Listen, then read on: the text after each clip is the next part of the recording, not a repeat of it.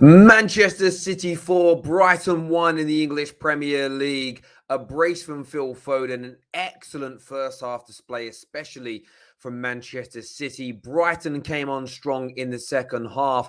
I want to hear your thoughts. I want to gauge your feelings as football fans, City fans, Brighton fans aplenty. The title race, it's been simmering away for a number of weeks now. And after a barnstorming swashbuckling win from Chelsea earlier on today, and then an absolute masterclass from Man City and Pep Guardiola this evening. All eyes on Liverpool in the title race tomorrow, with a 4-point gap now standing there between Chelsea and Liverpool. City pulling away by a couple of points. All eyes on Liverpool that play Manchester United at Old Trafford tomorrow. I want to gauge your thoughts. I want to gauge your feelings. Make sure you smash that like button. This is the highlight show on the Football Terrace. Let's go.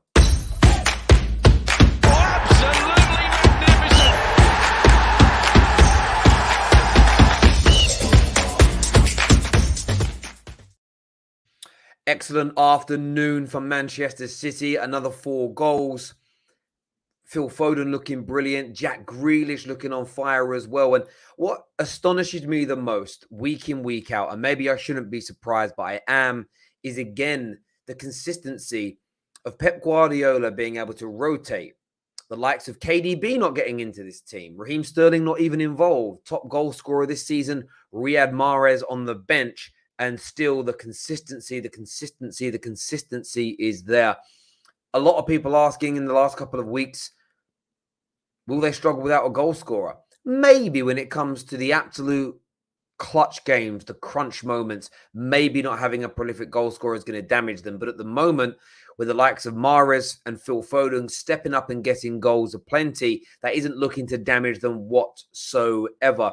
An excellent performance, as I say, from Pep Guardiola's men. And now all eyes focus on Liverpool.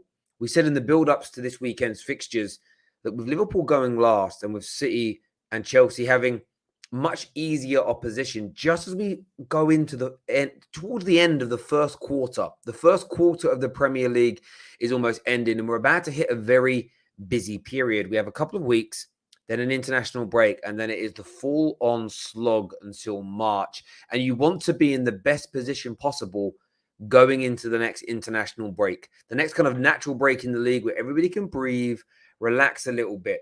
If you go into that international break 4, 5, 6 points behind the leaders, especially when you're someone like Liverpool with a thinner squad, it can be difficult indeed. So a brilliant result today, as we mentioned, for the current leaders of the pack, Chelsea and Manchester City. What is the reaction going to be? I also want to talk about Manchester City and their consistency. How do they continue to do this? How do they continue to churn out result, play, irrespective of who's in their team? 2-3 years ago, Raheem Sterling, Aguero, stars of the show. They're no longer either here or the stars, but yet the consistency remains. I want your thoughts and feelings as we come through here. Let's have a little look at some of these comments coming through. They've got a pressure on Liverpool to win, is what Chris George has said. Absolutely, massive pressure on them, no doubt about it at all. Should be 4-0. I hear you on that. Kevin De Brown here says Grealish. I think he's used an emoji before that as well. Let me just say here about Grealish. A lot of people kind of scoffed at this at the transfer. Should they have signed a prolific striker instead of? Maybe Pep Guardiola is a bit of a revolutionary. Maybe Pep Guardiola saw something. Well, we know he's a revolutionary. We know he's a genius manager. We know he's going to end his career as one of the all-time great managers of football ever, period.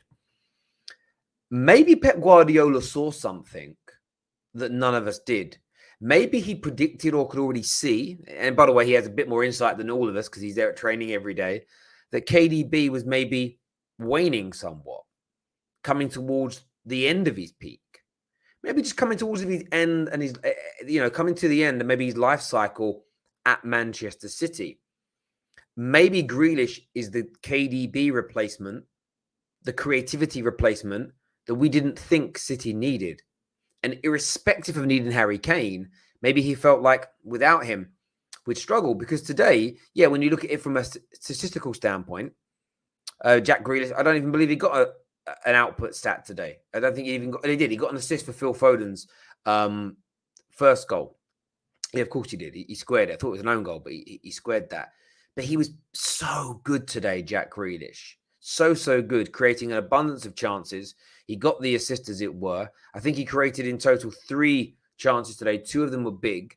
He had a really good shot save from Sanchez, which ended up leading to the third goal anyway. And what I love about the way he plays is how he drags the play, how he spreads the play. He's very different from KDB.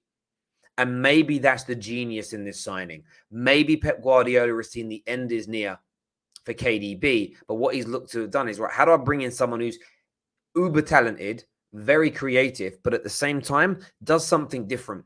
The way he drags the defensive line out of position, the way he stays wide, takes people out, it leaves holes in the middle for the likes of Gundogan and Phil Foden to run into. It's brilliant. And maybe, just maybe, we're all going to have a little bit of egg on our faces when it comes to challenging Guardiola's decision to sign Jack Grealish. Let's take a look at some more of your comments here. A lot of people ask me about Paul Scholes. Yeah, I've seen a video of Paul Scholes biting something off of... I thought he was either biting a nail off of his daughter's toe or getting a splinter out.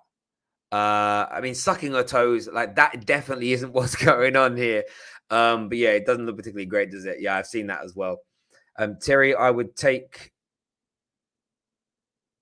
Okay, sorry, where's that gone? I've lost a comment there. I've lost a comment, can't see it now. A lot of people swearing in the comments today. What's going on? Leng and Sweet here says Phil Foden starts 6 games, 5 assists and 4 goals. And you know what, mate? That's why he's brilliant. That's why Phil Foden is brilliant, because he delivers. And when you were at the highest echelon of the game, when you were playing in a team whose sole purpose is to win trophies, outputs matter. Again, I've been saying this for days, and I won't stop this fight until football fans understand. There are no great players that pass the eye test or fail the eye test from a subjective point of view, that stand the test of time and are recognized as being very good to world-class to footballing greats from an attacking point of view without good statistics. Equally, you can look like a Rolls-Royce defender, but if you get taken on too much, make too many mistakes, your tackle percentage is high, you get beaten in the air too much, you make too many errors leading to goals, doesn't matter how you look. If you look bad failing, you're bad. If you look good failing to create and or score goals, you're not that good. You're not that good. And that's why Phil Foden is brilliant, because he's adding the outputs to his brilliant talent, and that's what people need to see. And this year says already the gap is forming at the top. Yeah, we spoke about that a few weeks ago on the terrace, how we could start to see it happening, and it's why it's very embarrassing for Man United, as we can see. You look at that. If Man United lose tomorrow, which most people predict, 8 points from the top, 6 points from City. That is a sizable gap after 9 games. Can anybody conceivably see it going any other way? Probably not. There's literally going to be a title race and then a top 4 race, maybe 4 or 5 teams scrambling for that 4th position.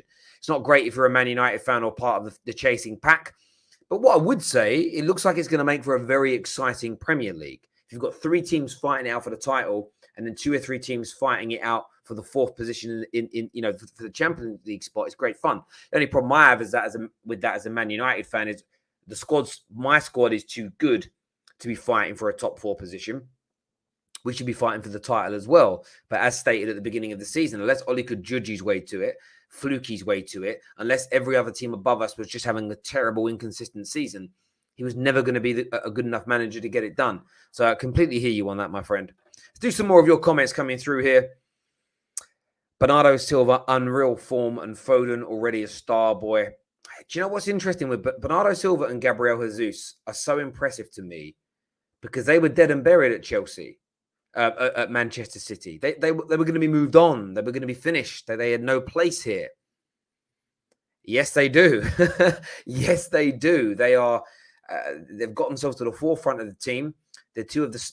For me, they're two of this season's first names on the team sheet. First names on the team sheet now. And stepping up and doing just delivering, and that's what's important. We have a super chat here that says Lamptey. Livamento, And I don't know how to pronounce that last guy's name. I really should know, and it always eludes me.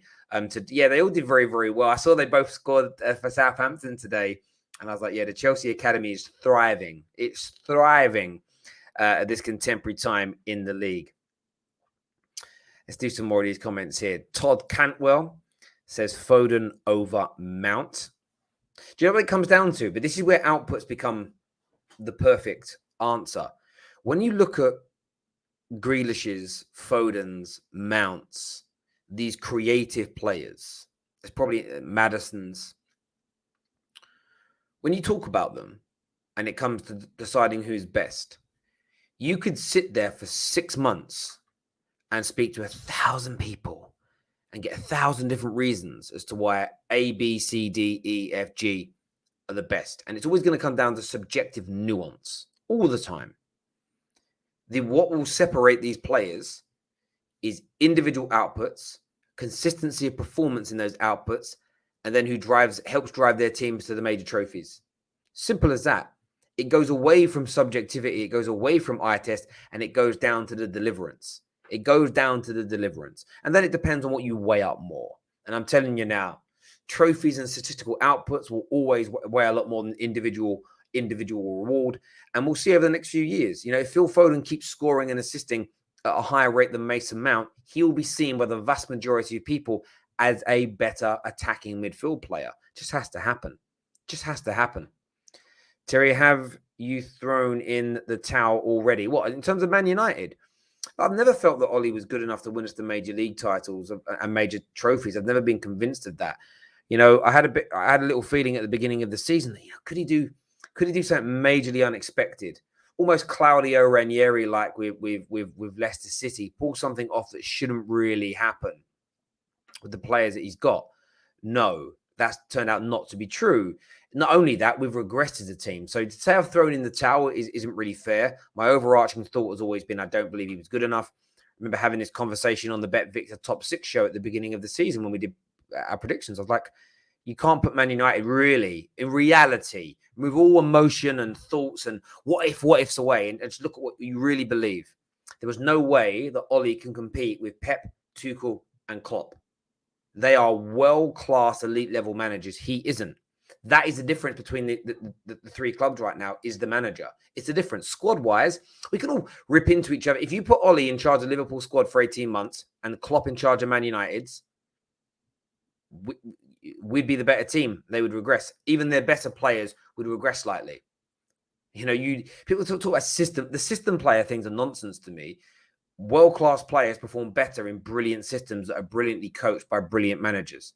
Those same players will perform less well in lesser systems under lesser managers. Otherwise, what's the point of a manager? If the manager makes barely any impact, then we shouldn't even be talking about managers, praising them or sacking them. It becomes a nonsense debate. So yeah, I haven't thrown the towel in. I'm just speaking realistically here. Let's have a little look here. Loftus-Cheek is better than Havertz is what Star-Lord says in the comments section here. I want to read some more stuff out. One City fan in the comments section. Lol. I haven't seen too many City fans here. Who do you guys make as your favourites right now? Like, legitimately, are we going Chelsea because they're top? City because of experience of winning the league in the short term? Or do people think that Liverpool still seem to be everybody's outside shout, apart from Liverpool fans? They all think African Cup of Nations, if Salah's goals dry up, etc. What do you all think, though? Legit. I want to know what you all think in relation to that. I'm very, very intrigued. That's what I want to speak about next. Highest number of goals on any given day in the Premier League. Is it really? Interesting. I didn't know that. I don't really listen to the commentary. I normally give out those kind of stats when listening to commentary. But I'm just looking at this league table now. It's going to be such an amazing year. And won't the cat just be thrown amongst the pigeons tomorrow as well? If Man United win, they go on to 17 points. A Man United win, of course, that's what I want as a Man United fan. Oh, it's going to be interesting tomorrow. By the way, I'm actually predicting West Ham to win tomorrow and go on to 17 points into fourth. And then I'm predicting a Liverpool win. So I think that the league will end this weekend's round of games with Chelsea first, Liverpool second, City third, West Ham United fourth is going to be my prediction ahead of tomorrow's games. Man City is what Lang and Sweet believes. Rico says it's going to be Chelsea. Daniel here says Manchester City. I knew we've got more than a few City fans in there. City. Terry, who do you think will be? Who do I think is better, Mason or Foden? I do think Phil Foden ever so slightly is better. However, that's because, and again, this might just be something, I haven't researched this. I do feel like Phil Foden scores more. I do feel like he puts the ball in the back of the net more and creates more. And that's what everybody knows. That's what I find, the most important thing when it comes to these guys. I think Mason Mount, although he's a year older, I think he's 22, is he? He might not be a year older school-wise, but I think he's a year behind Foden in terms of exposure to the highest league. I think they're very, very close. Right now, I would say Phil Foden is slightly ahead of him. And we're talking very fine margins here, but I would say Phil Foden would be my pick for that. And just looking at it statistically as an example, eight games this season, and Phil Foden has 3 goals and 4 assists. So 9 games, 7 goal contributions, which is excellent so far. Mason Mount this season isn't bad, 11 appearances, 5 goal contributions as an example. If we go back and look at last year as an example, I just want to run this back because there ain't much to separate them in terms of technique and ability. Last season, 54 games for Mason Mount, 18 goal contributions. Phil Foden, again, 50 games, 26. So, some will say Phil Foden's better technically, and maybe that's true. I think Mason Mount has great ability, very good work rate, excellent for his system and his team. But for me, what separates him is their outputs, and Phil Foden's outputs are ever so slightly ahead at this moment in time. We have a super chat here that's just come in. I'm going to find it. From Adhash, who says Tuchel has made Loftus-Cheek play the Jorginho position this season, and he is balling. Just goes to show how big an influence a great manager has. Absolutely. Listen, one of the greatest transformations of players you've ever seen. Now, you kids may not know this. Bastian Schweinsteiger was a winger. During the World Cup of 2006, I remember as a winger. I bought him on Football Manager. Like, he was my guy. I loved him, Bastian Schweinsteiger. And LVG converted him into a sort of holding, deep-lying, playmaking midfielder, and he balled out. This happens every now and then, that a player's position. I mean, people don't realize this. Kids don't all know this. Gareth Bale was signed by Tottenham to be a left back. There was no talk, really. Maybe behind the scenes, but nothing in the mainstream. Social media didn't really exist at all, if definitely not in this capacity back then. No one said, he'll be one of the best forwards the Premier League has ever produced. No one said that once. Never. Not at all. Never happened. So, I'm not surprised to see that at all in relation to positions being done. I'm going to go to some of your comments here on the Mount versus Foden thing. Mount is okay. That's a weird comment someone put in there. Foden has better outputs and is better on the eyes, what Solomon says. Abdullah says, nah. There's loads of separate between ability, to be honest. Foden's way better than Mount technically. I think what it is, again, that's an eye test thing. I think Phil Foden looks hands down better. He just does. For me, the better player is always the guy with the better outputs. KDB looks better than Bruno Fernandes, but in the last couple of years, Bruno Fernandes has been excelling away from him on an individual level. People always throw the trophy element in there, and it's true. Bruno Fernandes has got a choice he has to make now. If Man United are not going to help him in winning those trophies, he's got to leave because he'll never be considered as good without those trophies on top. But in terms of technique, Bruno looks cack with the way he does things, but it delivers. And I would rather my attacking midfielder look like shit but produce than look amazing and be outperformed by someone that looks bad doing it. Probably not the best turn of phrase I've ever said in my life, but that's the only way I can explain it. I want to I'm not saying that KDB's bad, but I want to look bad. I'd rather look bad being good than look amazing being bad. That's just always my take on these things. So I don't really worry about the eye test too much. Mount over Foden any day is what Sassa's got to say here. And I'm not surprised to hear you say that, my friend. I'm not. Bancy said, what the F are you talking about? I don't know. You need to specify what you're saying there. Foden way better is what Kim says. Josh says Mount can play deeper and still be as good is what Josh has got to say. Foden is producing the numbers. Numbers are huge. Numbers are huge and definitely, as I say, important.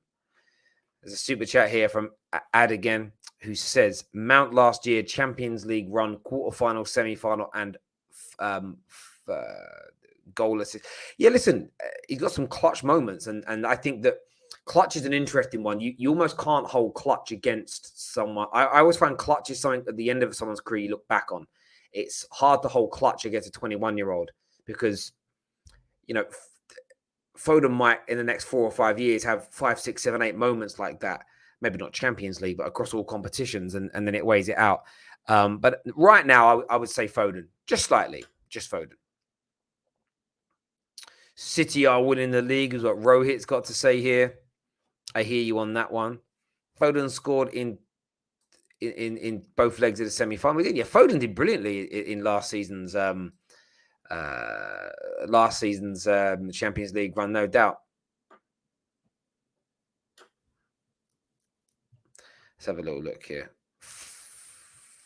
Foden clutched in the Champions League. Oh, I'm not even suggesting that he's not. I'm just saying he didn't get an assist or a goal in a final. But I'm just saying, like, my point is when players are young, they're making their history every game, every season. So it's kind of hard. Like what I look at in the short term when assessing who's better now, I look at, yes, their ability. Yes, I look at the eye test. And then I look at what they're delivering as an individual. When it comes to the end of their career and you're really going to start who had the best career, I think then you start, and as greatness level, then I think you start splitting hairs on clutch. But Phil Foden, as I say, yeah, you know, he's done very, very well in the Champions League. Of course, he's a clutch player. And I think he'll deliver even more. But yeah, him slightly ahead of him, no doubt. And Mount has a banner. Foden doesn't. I like that. That's actually quite funny. That's quite funny. If United get a result tomorrow, it's game on.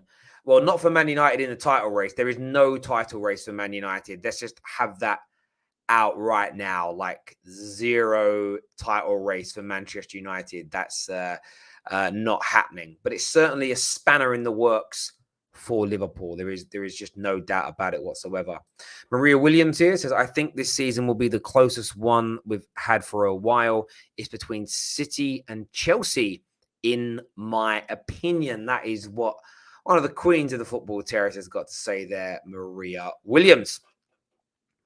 Let's see a few more comments here. Let's have a few more comments that are coming through here. No chance. Someone said Ollie in, by the way. Yeah, I'm not surprised to see you say that. I'm not surprised.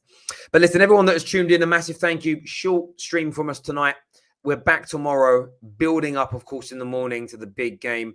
We'll be covering West Ham versus Tottenham in the afternoon. Of course, going live after Manchester United versus Liverpool. Midnight Vibes back again as well. Please hit the like button on this video before you leave. Subscribe to the Football Terrace. But until next time, take care. Goodbye. God bless. And we'll see you all again very